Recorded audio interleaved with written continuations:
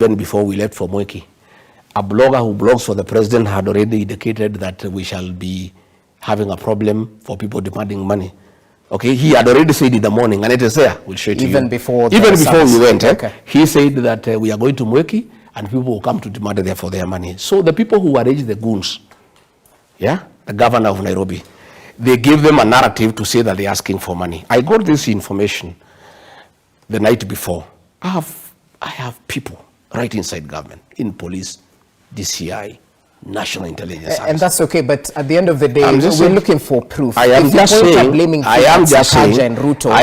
saying, when I got that information, I've heard DCI saying that the police were not aware we were going. In the morning, I put a message to the DIG, because he's the one who told police not to attend. And I put the message at 8 o'clock, it is here. So he cannot say they were not aware because I told him. Yeah. And I told him exactly who has arranged this violence. And I told him what his role is in the matter. And it is not the first time goons are being organized against me. If it was the first time, they organized goons in Limuru. Today I've heard this, I say they are investigating. Limuru, it happened in November. Nobody has ever been arrested, despite the fact that the people are known and they were there in pictures. They attacked me in Shamata in December. An inspector of police who threw tear gas at me, he has never even been transferred. Yeah? In Nyeri, during the ACK, goons that are known were there.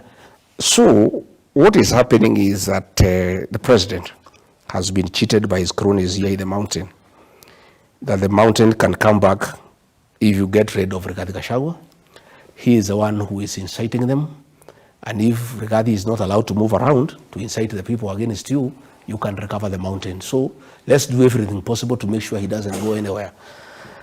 For his information today, I want to tell President William Ruto, I don't need to have to go anywhere for me to talk to the people of the mountain.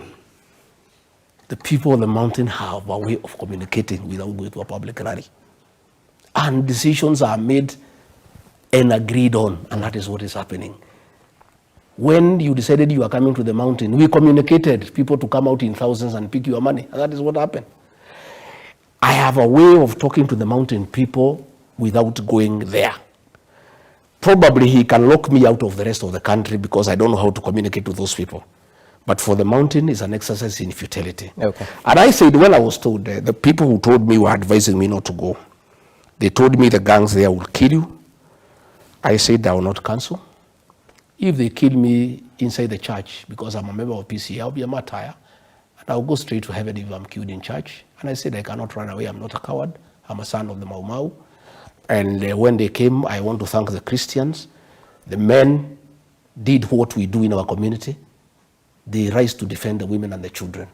The women and the children's comfort for safety, but the men joined with my people, fought off the criminal gangs. So to the naysayers who might argue that, you know, and of course, chaos at the pulpit is unfortunate and something to be frowned upon. Not even at the pulpit, anywhere, generally. Chaos are unfortunate. Yes. So to those who might push a narrative that, you know, lightning just doesn't strike the same place twice. Perhaps this is something set up to bring out the emotions of voters, to sort of bring the empathy, you know, to those who might say that this was stage managed. That is a narrative by the government, and it's a stupid narrative. It cannot go anywhere.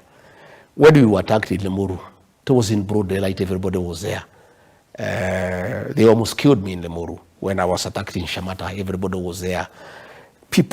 President William Ruto used to say that there are no fools in this country. I don't know at what point he changed his mind. He thinks they are fools.